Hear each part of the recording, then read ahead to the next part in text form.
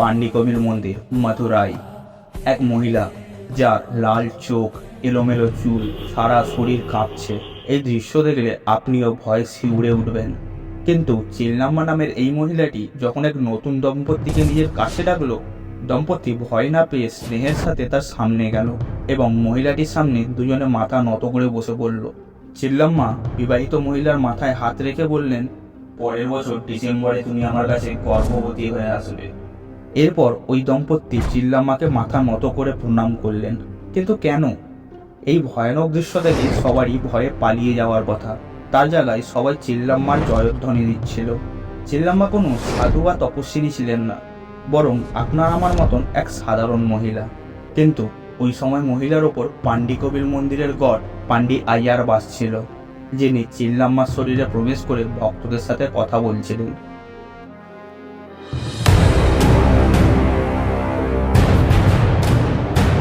এটা এক এমন ভাবনা ছিল যা মানুষের শরীরের বদলের সাথে মানুষের আত্মার উপরে প্রভাব ফেলে।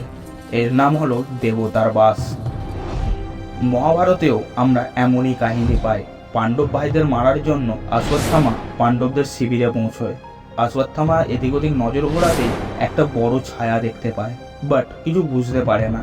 অনেক সময় যুদ্ধ করার পর অশ্বত্থামা বুঝতে পারে এ কোনো সাধারণ মানুষের ছায়া নয়। যতক্ষণ ইনি থাকবেন আমি পাণ্ডবদের কিছু করতে পারবো না। অবশেষে অশ্বত্থামা শিবজির সামনে আত্মসমর্পণ করে দেন। তখনই এক অদ্ভুত ঘটনা ঘটল। অশ্বত্থামার শরীর শিবজির সাথে এতটাই মেরে খেত যে আত্মসমর্পণ করতেই ভগবান শিব অশ্বত্থামাকে একটি ধারালো তরোয়াল ভেট করে।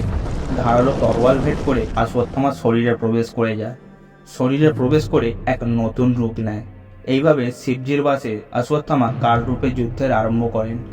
অশ্বত্থামা যিনি বিনাশের ভাবনা নিয়ে এসেছিলেন, আর শিবজি স্বয়ং ডিস্ট্রয়ার। যখন কোনো মানুষের শরীরে দেবতার বাস হয়, তখন সেই মানুষের আচার, ব্যবহার, কথা সমস্ত কিছু পাল্টে যায়। ভারতের নানা প্রান্তে নানা দেবতার বাসের গল্প শোনা যায়, যা থেকে জানা যায় এটি আজকের না, বহু পুরনো প্রচলন। ভূতাগোলা সেই রিচুয়ালগুলির মধ্যে একটি, যা কান্তারা মুভিতে দেখানো হয়েছে। কর্ণাটকের তুলুনাড়ু গ্রামে তুলু আদিবাসীদের একটি রিচুয়াল। ভূতা অর্থাৎ দেবতা বা দেবী, কোলা অর্থাৎ খেলা বা প্রস্তুতি, যা লোকাল আদিবাসীদের সামনে প্রস্তুত করা হয়।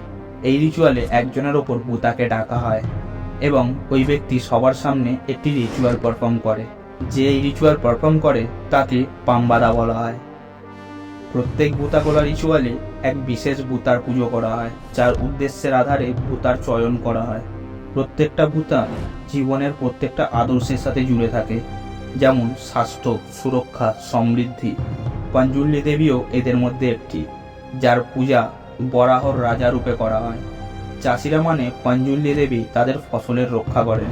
ভূতাগোলা রিচুয়ালে পারফর্ম করে সেই মেকআপ আর ড্রেসের সাহায্যে ভূতার রূপ নেয়।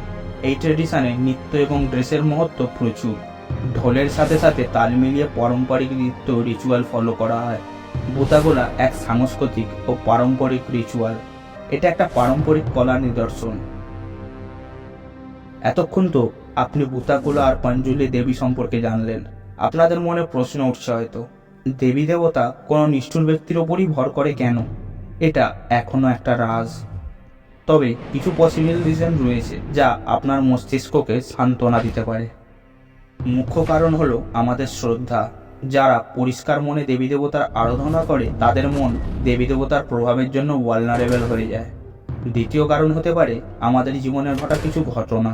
দেবী দেবতা সংকেতের সাহায্যে আমাদের মার্গদর্শন করায়। তৃতীয় কারণ হতে পারে সম্প্রদায় বা কুলের রক্ষা করা। কিছু সম্প্রদায়ে দেবীর আগমন তাদের পূর্বপুরুষের পিঁড়ি দর পিঁড়ি চলে আসছে।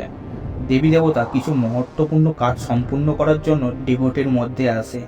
দেবী দেবতা মানুষের ডেডিকেশনের সম্মান দেন। তার গুণের প্রভাবে মানুষকে প্রভাবিত করেন, যাতে তার কাজ পূর্ণ হয় আর ভক্তর মনে শান্তি ও সমৃদ্ধি আসে।